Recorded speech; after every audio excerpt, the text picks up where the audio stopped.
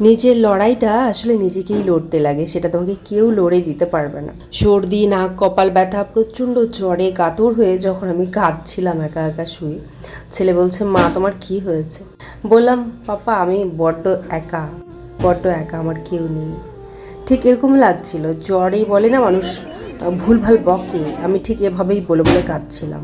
নিজেকে এতটাই অসহায় লাগছিল, একা লাগছিল, মনে হচ্ছিল এই মুহূর্তে সত্যি আমি একা। এরকম নয় যে আমার আপনজন নেই, আছে, সবাই আছে, কিন্তু আমি যতক্ষণ না জানাতে পারবো সবাইকে যে আমি অসুস্থ, ততক্ষণ সত্যি আমি ভীষণ একা। ওই মুহূর্তে এমন পরিস্থিতি যে কাউকে যে একটা ফোন করে জানাবো সেই পর্যায়েও ছিলাম না, এতটা খারাপ লাগছিল। আর কাউকে না জানালে তারা কি করে জানবে বলো তো? তো একা তো থাকতেই হবে। ছেলেকে যে ফিল্ড ট্রিপে পাঠিয়েছিলাম, দেখো ওরা ভীষণ এনজয় করেছিল, তারই একটু মুহূর্ত। এরকম একটা অবস্থার মধ্য দিয়ে আমি দিনটা কাটিয়েছি। মা থাকতেও মাকে আসতে বলতে পারছিলাম না, হাজব্যান্ড থাকতেও হাজব্যান্ড পাশে থাকতে পারছে না। আর ছেলে আমার এতটাও বড় হয়নি যে ও অনেক কিছু করবে, কোনো কিছু করবে। ও কোনো রকম নিজের খাবারটা বানিয়ে খেয়েছে। ঘর দুয়ার কী একটা অবস্থা হয়ে যে ছিল, আমি তোমাদের বলে বোঝাতে পারবো না বন্ধুরা। এই কয়েকটা দিনে মানে আমি তো জ্বরের মধ্যেই করছিলাম, কোনো রকম সব কিছু করতে পারছিলাম না, কোনো রকম করে করছিলাম এই যে ভিক্স লাগিয়ে। কিন্তু আজকের দিনটা মানে এত ভয়ঙ্কর ছিল যে আমি কিছুই করতে পারছিলাম না, একদম পড়েছিলাম, মাথা তুলে দাঁড়াতে পারছিলাম না। তার জন্য ঘরের অবস্থা একদম খুব খারাপ হয়ে গেছে, মানে দেখার মতো অবস্থায় ছিল না। দিদিকে বলে শেষমেশ এই যে ছোটো দাদা ওষুধ এনে দেওয়ার পর থেকে ওষুধ খেয়ে একটু যেই মাথাটা তুলে দাঁড়াতে পেরেছি, অমনি করে লেগে পড়লাম কাজে। আস্তে আস্তে ভাবলাম কাজগুলো সেরে নিই। মাথা ব্যথা করছে, ভিক্স লাগিয়ে কোমরে ভলিনি লাগিয়ে উঠিয়ে দাঁড়িয়ে শুরু করে দিয়েছি কাজ। ঝুল হয়েছে প্রচণ্ড ঘরটাতে। পুরো এক সপ্তাহর বেশি থেকে কিন্তু আমার শরীরটা খারাপ যাচ্ছিল, তাই সেরকমভাবে কোনো কিছু করতে পারিনি। টুকটাক রান্নাবান্না করছিলাম, ঘরের কাজ যেগুলো আর্জেন্ট করতেই হবে ওগুলোই করছিলাম, এক্সট্রা কিছু করতে পারছিলাম না। তাই সাফসাফাই কিন্তু সেভাবে করা হয়নি, সেভাবে ডিপ ক্লিন করতে পারিনি। তাই আজকে সাফসাফাই লেগে পড়েছি, ওষুধ খাচ্ছি আর তার সাথে কাজ করছি। কালকে আর আজকে মিলে দুদিনে এত বাসন জমে গেছিলো তোমাদের কি আর বলবো। তারপরে এই যে গ্রসারি আইটেম কিছু নেওয়ার ছিল, ছেলের হোমওয়ার্কগুলো প্রিন্ট আউট করতে দিয়েছি, ওগুলো নেওয়ার ছিল।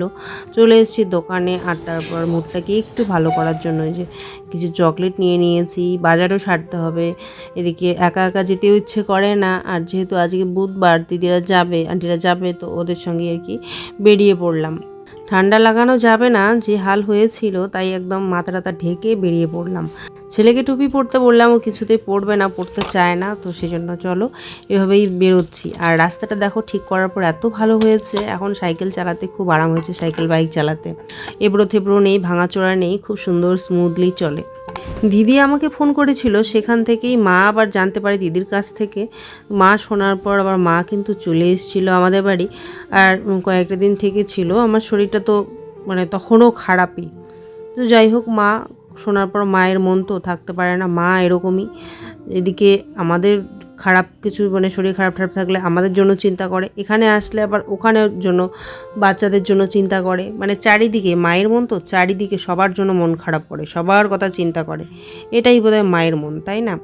তো তারপরে মা চলে এসেছিলো, আসার পর কিন্তু আবার চলেও গেছে। মা কালকেই চলে গেছে, মানে 19 তারিখ সকাল সকাল মা চলে গেছে। কারণ বাবুদের জন্য মার মনটা খারাপ করছিল, ছটফট করছিল।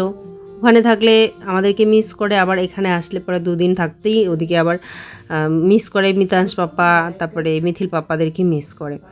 মেয়েদের জীবনটা কি অদ্ভুত না বিয়ের পরে। আর মায়েরা ছেলেদের সঙ্গে কিন্তু সারা জীবন থাকতে কিন্তু তৈয়ার থাকে, কিন্তু মেয়ের বাড়ি আসলে দুদিন থাকতে না থাকতেই মায়েরা হয়তো ভাবতে শুরু করে দেয়, না মেয়ের বাড়িতে বেশি দিন থাকা যাবে না, লোকে কি বলবে, এরকম মানে ওরা ভাবে, তাই না? মেয়েদের জীবনটাই সত্যি আলাদা রকম, সত্যি আলাদা রকম। মা থেকেও মাকে রাখতে পারে না, মা চাইলেও থাকতে পারে না। কিন্তু যাক, তারপরেও এই যে আমার শরীরটা কিন্তু মোটামুটি একটু ভালো হয়েছে। এখনও শরীরটা খারাপই ছিল, এখনও খারাপই। তো সেই দিক থেকে মা এসে অনেকগুলো কাজ গুছিয়ে দিয়ে গেছে। মা তো আসলে খুবই কাজের, মা কাজ ছাড়া থাকতে পারে না। মা যেখানেই থাকুক না কেন প্রচুর প্রচুর কাজ করে। তবে মায়েরও তো শরীর, তাই না? লোহা যন্ত্র তো নয়। তাই মাকে আমি বলি, আরে বাবা হয়েছে, যেটুকু করেছে হয়েছে, এখন একটু বিকালবেলা একটু রেস্ট করো, একটু ঘুমো বলে আমি কিন্তু বলি, তখন মা একটু বিকেলবেলা ঘুমায়ও। মায়েরও তো ওটা শরীর, তাই না? তো সেই শরীরটা যখন এত কাজ করতে পারে, তখন কিন্তু সেই শরীরটার একটু রেস্টেরও দরকার। তারপরেও প্রচুর হেল্প করে দিয়েছে আমাকে। তারপর মায়ের আবার পেটের ব্যথা উঠে গেছিলো, পেটের ব্যথার সমস্যা হচ্ছিল। তো মাকে বললাম তুমি রেস্ট করো, আর কিছু করতে হবে না। তো তারপরে কিন্তু আমি রান্নাবান্না করলাম, সেদ্ধ ভাত করলাম সেদিনকে রাত্রেবেলা। দাঁতের ব্যথা আরও বিভিন্ন ধরনের সমস্যা আছে মায়ের শরীরে। যাক, তারপরে ডাক্তারের কাছে গিয়ে ওষুধ নিয়ে এসে মা তারপরে মোটামুটি একটু সুস্থ হয়। সুস্থ হতেই কিন্তু আবার লেগে পড়ে চটপট করে। আমরা মেয়ে মায়ের যাত্রা এরকমই, তাই না?